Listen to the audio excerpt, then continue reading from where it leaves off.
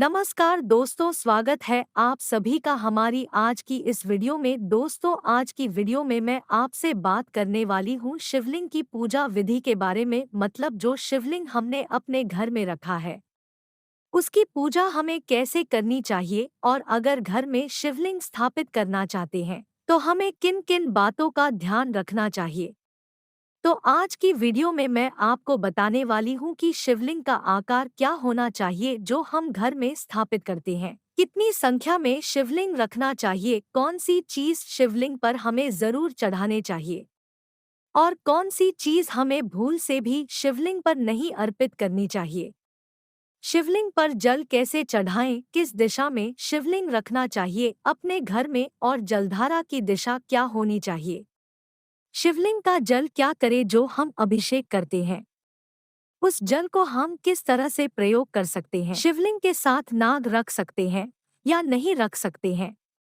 शिवलिंग की पूजा विधि क्या होनी चाहिए, और इस तरह की बहुत सारी जानकारियां मैं आपको आज की इस वीडियो में शेयर करने वाली हूं, तो वीडियो को पूरा जरूर देखें। पहले बात करते हैं जो हम घर में शिवलिंग रखते हैं उसका आकार क्या होना चाहिए।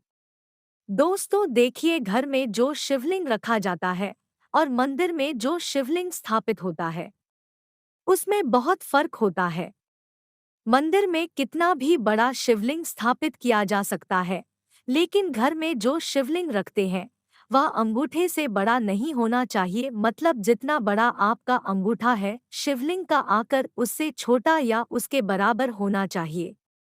यदि आप अपने घर में कोई भी शिवलिंग स्थापित करें, जैसे पारद का शिवलिंग, ऐसा बताते हैं कि सबसे श्रेष्ठ माना जाता है। नर्मदेश्वर शिवलिंग भी घर में स्थापित करने के लिए सर्वश्रेष्ठ है।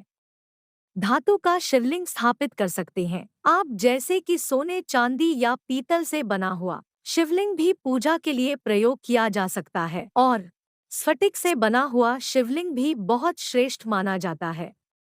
शिवलिंग कोई भी हो आपके घर में, उसके आकार का ध्यान आपको रखना है। आपके अंगूठे से बड़ा नहीं होना चाहिए, और जब आप पूजा करते हैं आप विधिवत उसकी पूजा आप जरूर करें।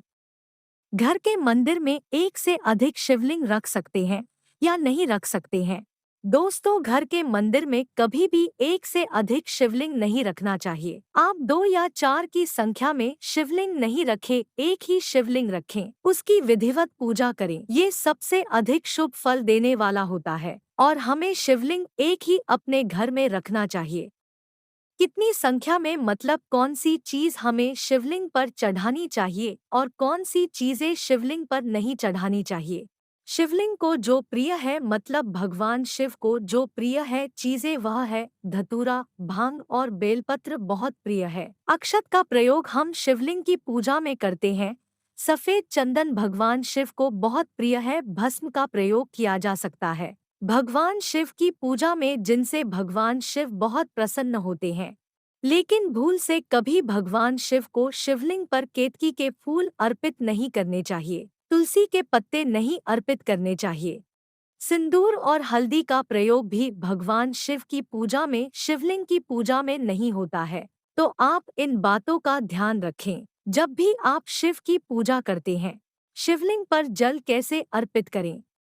देखिए, घर में जब शिवलिंग रखा जाता है तो ऐसा कहा जाता है कि शिवलिंग सूखना नहीं चाहिए। हर वक्त शिव पर जलधारा गिरती रहनी चाहिए। जैसे मंदिर में जो शिवलिंग होता है हर समय कोई न कोई अभिषेक करता रहता है, उसमें लोग पूजा के लिए, दर्शन के लिए आते रहते हैं। लेकिन जब हम घर में शिवलिंग स्थापित करते हैं तो हमारी जिम्मेदारी बन जाती है कि हम शिवलिंग की पूरी देखभाल करें और शिवलिंग पर हर वक्त जल गिरता रहे। इसका ध्यान रखें। तो ऐसे में अगर आपने शिवलिंग रखा है तो आपको मार्केट से स्टैंड मिलता है, आपको वह ले लेना चाहिए और व्यवस्था करनी चाहिए कि उसे स्टैंड के ऊपर आप एक तांबे का पात्र रखें, उसमें एक छोटा सा छेद कर दे और फिर पात्र में जल भरकर रखें हर समय, जिससे कि हमेशा जलधारा शिवलिंग पर गिरती रहे। तो इससे शिवलिंग का जो प्रभाव है, फल जो है पूजा का, आपको बहुत अधिक प्राप्त होगा। रोज प्रातः काल आपको शिवलिंग की पूजा करनी चाहिए। प्रातः काल जब भी आप स्नान करें, शिवलिंग का अभिषेक करें। दूध से, जल से, पंचामृत से, जैसे भी संभव हो आपको जल का अभिषेक करना है शिवलिंग पर, और उस पात्र में हमेशा जल भर के रख दें। मतलब पूरे समय वह पानी गिरता रहे और उस पात्र का ध्यान रखें कि हर समय उसमें जल भरा रहे। इस तरह से अगर आप शिवलिंग अपने घर में रखते हैं तो यकीन मानिए वह शिवलिंग आपके लिए बहुत शुभ फल देने वाला होता है। दोस्तों, जो आपने शिवलिंग में जो रखा हुआ है, जी पात्र में अपने शिवलिंग रखा हुआ है, ध्यान रखें वह स्टील का पात्र नहीं होना चाहिए। आप कांसे का पात्र रखें। शिवलिंग की पूजा शिवलिंग को स्थापित करने के लिए और हमेशा उसे साफ सुथरा रखें, इस बात का भी ध्यान रखें। शिवलिंग का जो जल है अभिषेक का, उसका क्या करना चाहिए। देखिए, जो शिवलिंग पर हमने अभिषेक किया है, जो हर वक्त जो जलधारा गिर रही है, उस जल को कभी भी तुलसी के पौधे में नहीं डालना चाहिए, तुलसी के गमले में नहीं डालना चाहिए। इसके अलावा आप उसे किसी भी पौधे में डाल सकते हैं। कोई दूसरा पौधा हो आप उसमें डाल दें जो आप अपने घर में लगाया हुआ है, या कहीं पर भी जैसे किसी वृक्ष में भी ले जाकर आप उस पात्र के जल को डाल सकते हैं। शिवलिंग अपने घर में किस स्थान पर स्थापित करें।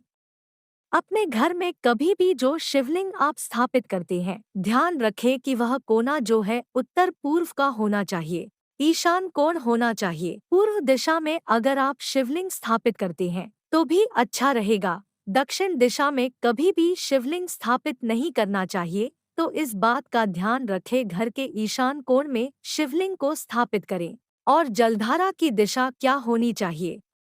दोस्तों, जलधारा की दिशा हमेशा उत्तर में होनी चाहिए। मतलब जो जल गिर रहा है, जलधारी जो है, उसका जल हमेशा उत्तर दिशा की तरफ होना चाहिए। उसका मुख, इस बात का ध्यान रखें। शिवलिंग के साथ नाग रख सकते हैं या नहीं रख सकते हैं। देखिए, शिवलिंग के साथ नाग रखना बहुत आवश्यक है। अगर आपने शिवलिंग अपने घर में रखा हुआ है तो इस बात का ध्यान रखें कि उसके साथ किसी धातु का नाग रखने, जैसे कि तांबे का नाग रख सकते हैं, पीतल का नाग भी आप रख सकते हैं बनाकर, एक छोटा सा नाग बनवाकर, और आप उसे शिवलिंग पर रख दें। क्योंकि बिना नाग के शिवलिंग की पूजा अधूरी मानी जाती है, तो नाग देवता की पूजा भी जरूरी है। अगर हम शिवलिंग की पूजा करते हैं तो शिवलिंग की पूजा में एक और बात का आपको ध्यान रखना चाहिए। शिवलिंग अगर अपने घर में रखा है तो इस बात का ध्यान रखें कि उसकी ऊपरी भाग कभी खाली नहीं होना चाहिए। शिवलिंग पर हमेशा बेलपत्र या फूल चढ़ा होना चाहिए। कोई फूल चढ़ा दे, अक्षत भी चढ़ा सकते हैं, लेकिन हमेशा उस पर कुछ ना कुछ होना चाहिए। कभी भी वह ऊपरी हिस्सा खाली नहीं होना चाहिए। इस बात का आपको विशेष ध्यान रखना है।